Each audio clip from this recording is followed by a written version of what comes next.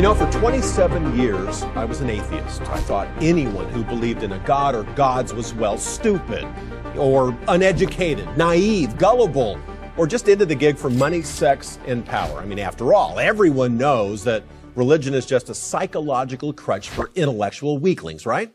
So, what changed my mind? Well, look, I tell the whole story in my book, Shattered, but for our purposes here on Prager University, I was simply challenged by my Christian teammates on the Cincinnati Reds to read some religious books, critique them, and then share with the guys where the authors were wrong and why atheism is the only real and true outlook for anyone not deceived by fantasy, fiction, or mythology. I mean, for someone who wants to base their beliefs and values upon evidence and argument, not emotion and tradition. Now look, simply put, I set out to disprove theism, which I didn't think would take very long. But I ran into some difficulties along the way. Difficulties like Aristotle, Augustine, Aquinas. I mean, in simple terms, I was confronted with the awareness that there are really 4 big bangs that have to be accounted for, not just one. I had never really even considered that before. I mean, we're all familiar with the first big bang, right? It's usually the answer given to the question, why is there something rather than nothing? It's the idea that there was nothing, it popped, and boom, there's something.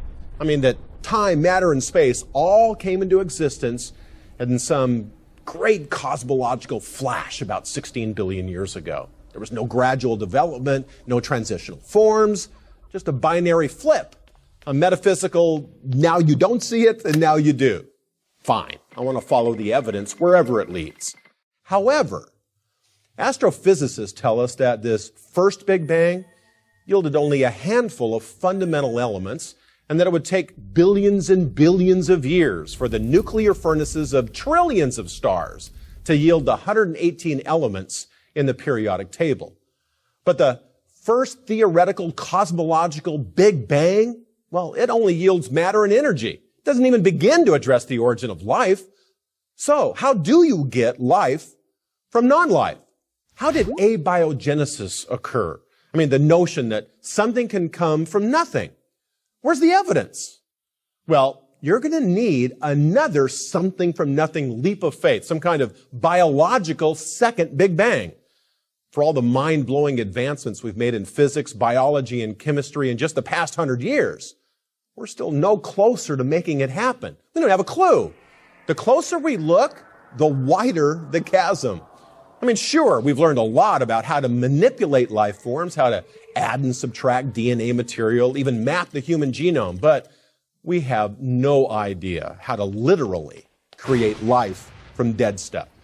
Now look, at this point, we still only have physics, chemistry, and some basic biology, or matter, energy, and simple life, if you will, but we still don't have a way to account for the great diversity of life forms. I mean, the huge differences between bacteria, plants, and animals.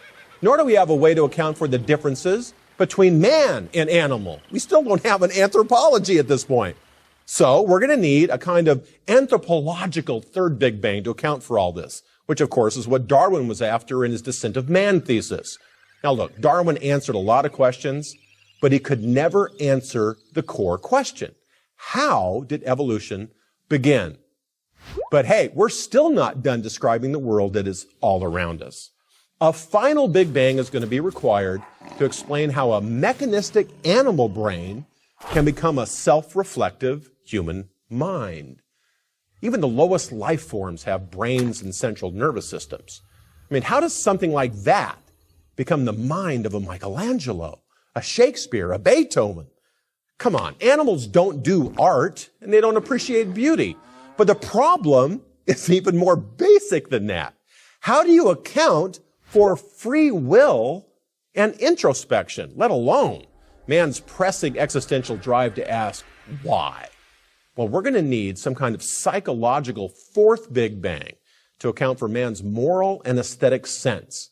I mean, his search for meaning, significance, and purpose. And of course, his appreciation for the true, the good, and the beautiful. And again, you must understand these problems require bangs. I mean, sudden binary pops into existence, since there's no evidence for any gradual development in any of these. So I, like you, have a choice. It's either faith in these 4 big bangs of somethings from nothings to account for what we see all around us, or faith in some kind of creator God behind it all. So, next time someone asks you, hey, what about the Big Bang? Make sure you ask them, which one? The cosmological, biological, anthropological, or psychological? I'm Frank Pastore for Print Reviews.